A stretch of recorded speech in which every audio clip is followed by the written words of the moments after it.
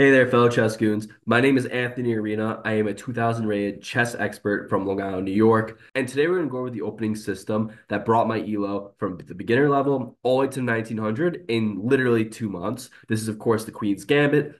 I'm extremely excited to dive right in, so let's get started. So the Queen's Gambit starts after d4, d5, and then c4. And the most important thing to note about the Queen's Gambit is even though we're sacrificing the c4 pawn, we get it back right away. And let me show you. So let's say d takes c, and now our opponent is up that pawn.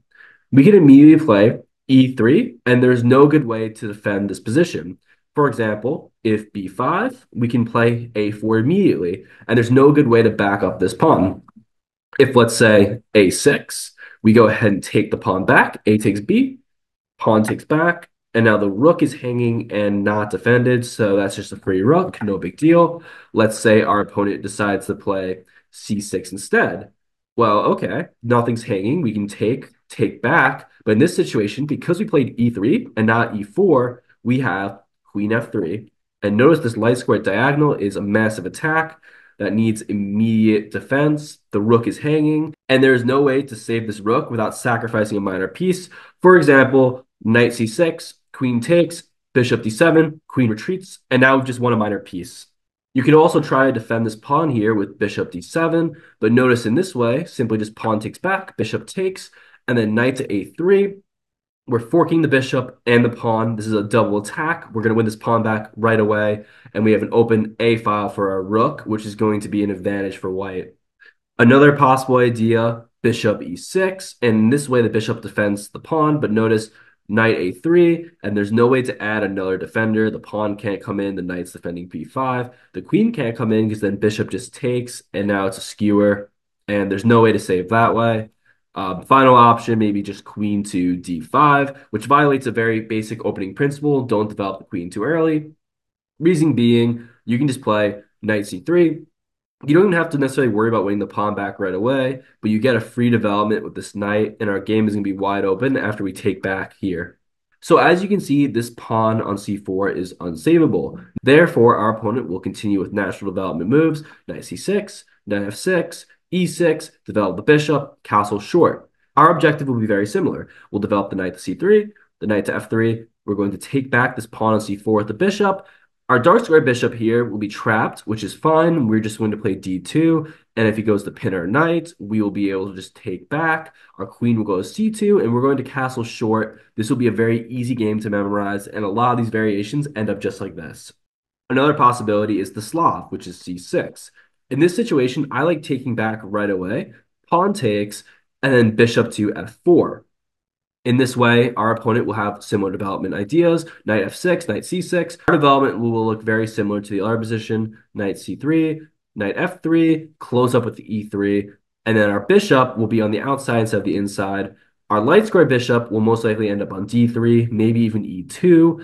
And if we do get pinned, no big deal. We're going to play queen to c2. And if takes, then we'll take back with our queen and we'll be in pretty good shape. However, if our opponent plays the copycat variation, which is very popular, bishop f5, we have a very fun line that not many people know how to play against. Simply just bishop takes knight and rook takes back.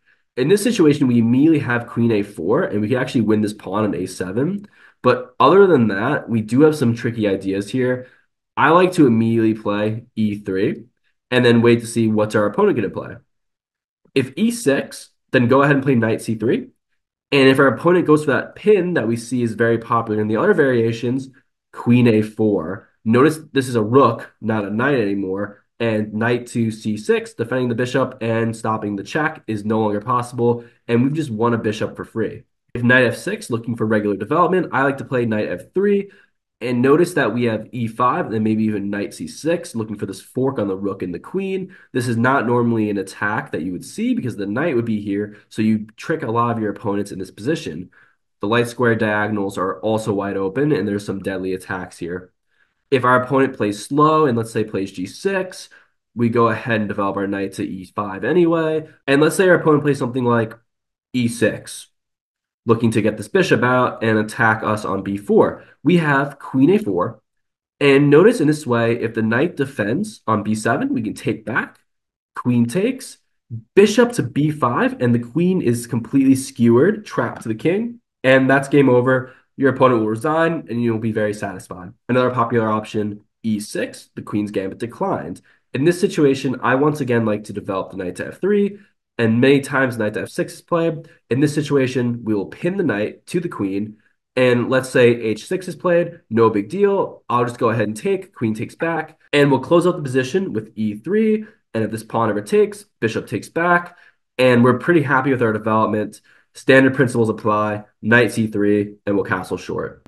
Now, our opponent doesn't always have to play d5 here. There are many other options our opponent can go for, and I want to explore some of them. So I like to call these aggressive center variations. If our opponent plays something like d6, e6, or maybe even knight f6, which is probably the most popular option, looking to go for a king's Indian, I like to go ahead, continue with c4. And I like to call these an aggressive center variation because, as you see, our opponent is giving up the center completely. And let's say we play knight to c3, kettle the bishop. We can play e4. And this position maybe doesn't look too scary as white, but turn this around for black and look at what your opponent is dealing with here. Sometimes it helps to really look at your opponent's perspective and say, this is scary. I wouldn't know how to play this. And it's kind of tricky. It's oftentimes a great idea to take as much space as possible in the center when you can so that your opponent will make more mistakes. Finally, guys, we have our wing gambits, the Benoni, as well as the Englund Gambit. If the Benoni is played, we'll go ahead and play d5. This is the natural continuation. Maybe e6 is played, and we're just going to look to build a very strong center in the middle of the board, maybe knight to c3. And notice that the knight can't develop to c6. Let's say g6. We'll go ahead and develop to e4. And once again, we're taking a lot of space in the center, and if he takes in any way, we'll be able to answer back and have a substantial advantage in terms of structure. The Englund Gambit is a little different. After e5, it's actually best to take back, but a very survivable line here is just playing d5 and going for similar positions of e4 and c4. Overall, guys, the Queen's Gambit is an amazing opening that really helped me bring my game to the expert level. It's extremely sound, you take control of the center, you develop your pieces rapidly, and it's very safe. I want you guys to give it a try and let me know in the comment section below how you did. If you want to know how to actually play the Englund Gambit, I'm attaching that video below as well. Stay classy, my friends. Until next time.